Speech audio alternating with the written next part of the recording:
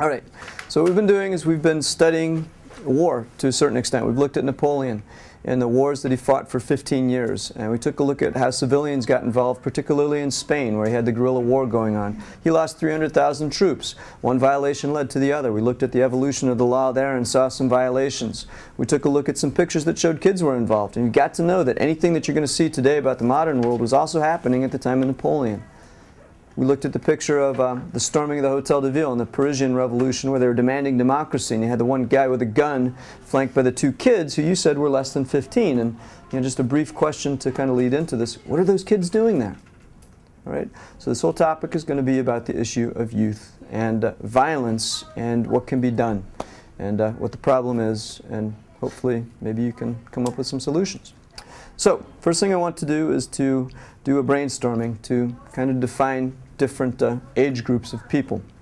The first thing I would like you to think about is this term child. All right? And brainstorm, what do you think of when you hear the word child? What is a child? Okay? What do they do? What are they like? What are their needs? What makes a child a child? So if you could take a minute, what do you think of when you hear the word child? We tried to define what is a child and what is a teenager and what is an adult so that we can consider that to be basic to humanity and use that as a definition. Okay, so we're going to do the old graffiti board. And I'll send you up here, and I want you to put one thing up under each category when you get to it, but I'm going to kind of rotate you so we can get all of you up there quickly. So you put one thing, take a quick look before you do. If you see something that you've already put up there is already up there, put something else up that you've got, all right? This is the way the curriculum works. It's very engaging. It's learning from students, getting students to think. There's no easy answers. There's no right answers. And you make it safe for them to express, their thoughts and their feelings. And I would say that EHL has enhanced some things that I was originally doing, where you try to engage every single student. But these are definitely techniques where you build upon what the kids say. All right, just going over, you said children are free. Next generation. Need education, dependent on others for basic survival needs, talkative, carefree, immature, innocent, sheltered. And we've got some ages, and we're going to talk about this, from birth to 13. And so there's, kind of the process is you grab them all, and you focus more and more on some problem solving. So with the graffiti board, that's something, it's nice to have all these boards in my room. I'm privileged. I've been to schools where they don't have any of this, or even the technology, but there's lots of different ways that you can engage all the kids.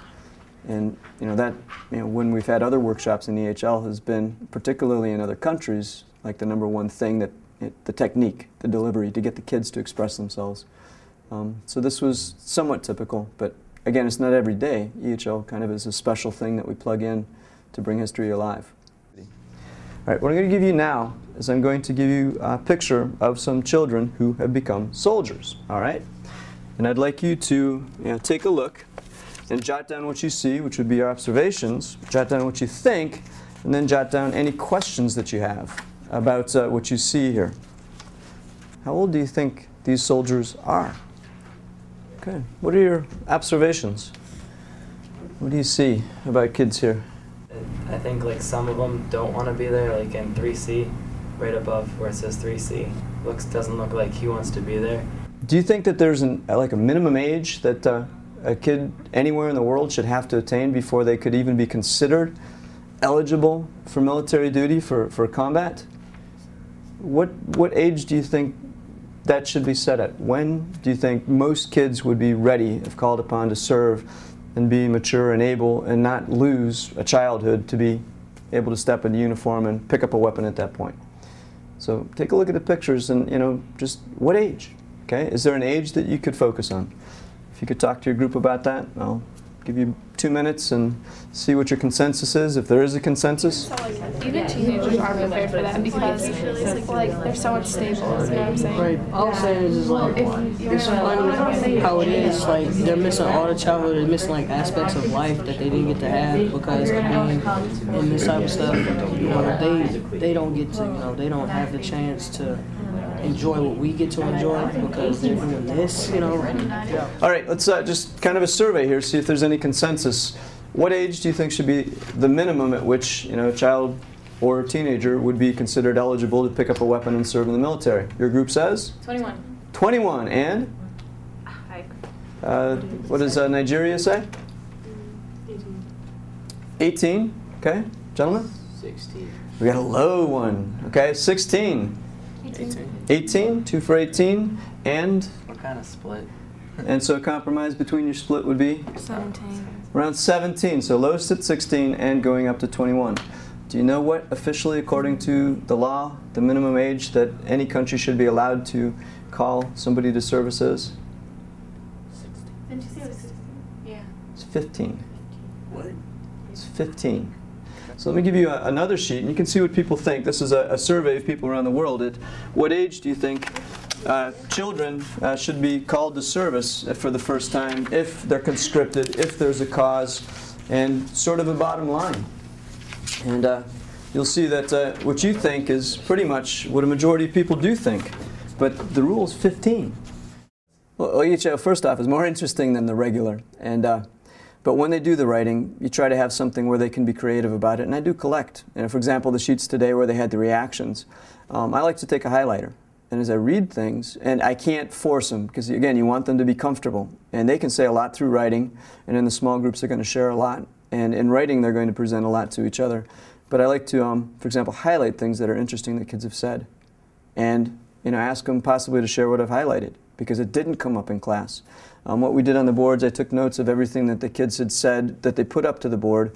And when we come back to do our Model UN thing next week, I'll give them a list. Here are all of the characteristics you said define a child, and a teenager and an adult, and then that'll be common reference. And they may not have said it, but then they'll see it. Their name's not attached, but they're then able to contribute. And that's a common technique where, I can't write back to every single kid, but sometimes where I have an awful lot of things to do, I highlight it, but then I take notes about what they say, and I try to give the kids the, the sum total. Here are all kinds of different ideas that you came up with to validate it. And then hopefully when they do their resolutions or whatever the next step is, I'll see the kids a little bit more, I suppose, confident in their ideas and getting their group to work with that.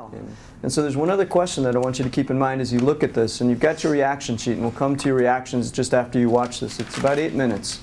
But we've got the 2 questions about why children might choose to fight, why they would be asked to fight. You're going to see some things about what happens when they do fight. And then we need to get into the questions we look at our resolutions next week about, what do we do for kids who've been in the fight, who've been soldiers in combat, and now the war's over. Okay, so that's another thing to think about too as you take a look at this. All right, so it's called I Don't Want to Go Back. I have 978 men under my command, and I have about 176 of Hela the Killer. Some of them are 9, some of them are 10, some are 11, the highest is 12. They go on the advanced team. They go on the advanced team. That is, they are at the forefront of the war. The soldiers that are above 20, 21, 22, 23, when I tell them to do certain operations like that, they will always be afraid. Or like, Hela the Killer, like, my other semi-fast soldier, I get Hela the Killer, like small soldier, they are not afraid. What do you think about what you saw? What did you notice? Child soldiers aren't usually employed by national governments. It's usually, local militia or something like that.